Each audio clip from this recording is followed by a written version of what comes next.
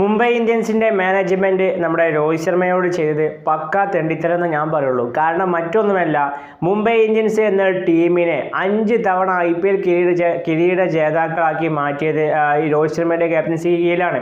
അദ്ദേഹത്തെ അടുത്ത സീസണിൽ ക്യാപ്റ്റൻ ആക്കാത്തത് വളരെ മോശമായി പോയി, വളരെ തെണ്ടിത്തരമായി പോയി. കാരണം അതിനെതിരെ ഇപ്പോൾ സോഷ്യൽ മീഡിയ വലിയ രീതിയിലുള്ള പ്രതിഷേധമാണ് ഉയർന്നുകൊണ്ടിരിക്കുന്നത്. മുംബൈ ഇന്ത്യൻസിൻ്റെ ഫോളോവേഴ്സ് കുറഞ്ഞു വരുന്നു. സൂര്യകുമാർ യാദവൊക്കെ ഈ ഒരു അനൗൺസ്മെൻറ്റ് വന്ന ശേഷം അദ്ദേഹത്തിൻ്റെ സ്റ്റോറിയിൽ നിന്ന് തന്നെ വ്യക്തമാക്കാം, അദ്ദേഹത്തിന് ഒട്ടും ഇഷ്ടപ്പെട്ടില്ല രോഹിത്തിനെ ക്യാപ്റ്റൻസിയിൽ നിന്ന് മാറ്റി ഹാർദിക്കിനെ ഗുജറാത്തിൽ നിന്ന് വന്ന ഹാർദിക്കിനെ ക്യാപ്റ്റനാക്കിയത് ഒട്ടും ഇഷ്ടമായില്ല.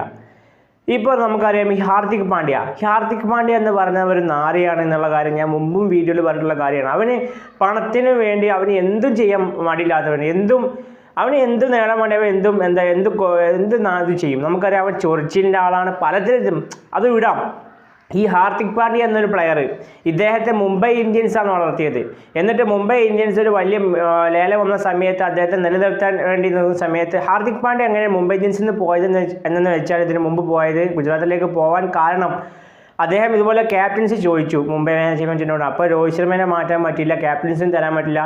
അന്ന് മുംബൈയുമായി വഴക്കിട്ട ശേഷമാണ് അദ്ദേഹം ഗുജറാത്തിലോട്ട് പോവുകയും ഗുജറാത്തിൽ അദ്ദേഹം നല്ല ക്യാപ്റ്റൻസി ആയിരുന്നു. അതുള്ളതുപോലെ തന്നെ പറയണമല്ലോ, അദ്ദേഹം ഗുജറാത്തിൽ വളരെ മികച്ച ക്യാപ്റ്റൻസി ആയിരുന്നു.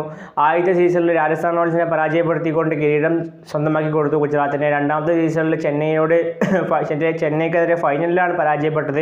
എനിവേ നല്ല ക്യാപ്റ്റൻസി ആയിരുന്നു. എന്നാൽ പിന്നീട് അദ്ദേഹത്തെ മുംബൈ ഇന്ത്യൻസ് കൊണ്ടുവരികയായിരുന്നു. എനിക്ക് തോന്നുന്നു അദ്ദേഹത്തിന് ഇങ്ങനെ ഒരു ഓഫർ മുംബൈ നൽകിയിട്ടുണ്ടാകും, ക്യാപ്റ്റനും ആക്കാം, നിനക്ക് ഇത്ര പൈസയും തരാം. മുംബൈ മാനേജ്മെൻറ്റ് അങ്ങനെ പറഞ്ഞിട്ടുണ്ടാവും. ഏതായാലും ഹാർദിക് പാണ്ഡ്യ മുംബൈ ഇന്ത്യൻസിലേക്ക് വന്നു. കാരണം ഹാർദിക് പാണ്ഡ്യ മുംബൈ ഇന്ത്യൻസിലേക്ക് വന്നത് ഒട്ടും ആർക്കും, അതായത് മറ്റുള്ള players especially senior players Suryakumar യാദവിനും ബുംറയ്ക്കും എന്തുകൊണ്ടും രോഹിതിന് ശേഷം ഒന്നെങ്കിൽ ക്യാപ്റ്റൻ ആവാൻ ബുംറ എന്തുകൊണ്ടും അർഹനാണ്. അതുപോലെ സൂര്യകുമാർ യാദവ് അർഹനാണ്.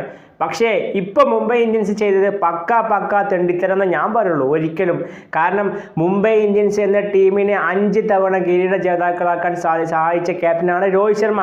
ആ രോഹിത് ശർമ്മയെ മാറ്റി മറ്റു ഫ്രാഞ്ചൈസിയിൽ പോയി ആ ടീം മുംബൈ ഇന്ത്യൻസ് തന്നെ സ്വന്തമാക്കി വളർത്തിയ മുംബൈ ഇന്ത്യൻസിനെ ഒരു കുറ്റപ്പെടുത്തി സംസാരിച്ച ഹാർദിക് പാണ്ഡ്യയെ പിന്നെ തിരികെ കൊണ്ടുവന്ന് അദ്ദേഹത്തെ ക്യാപ്റ്റനാക്കിയത് പക്ക തെണ്ടിത്തരമായി പോയെന്ന് ഞാൻ പറയുള്ളൂ.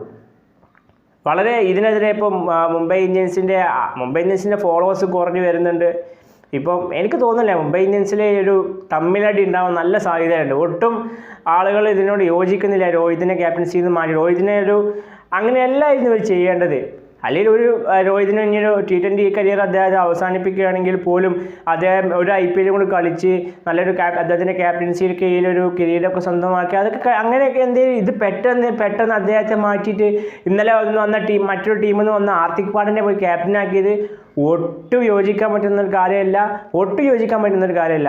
ഏതായാലും ഇതുമായി ബന്ധപ്പെട്ട് നിങ്ങളുടെ അഭിപ്രായം ഈ വീഡിയോക്ക് താഴെ കമൻറ്റായി രേഖപ്പെടുത്തൂ.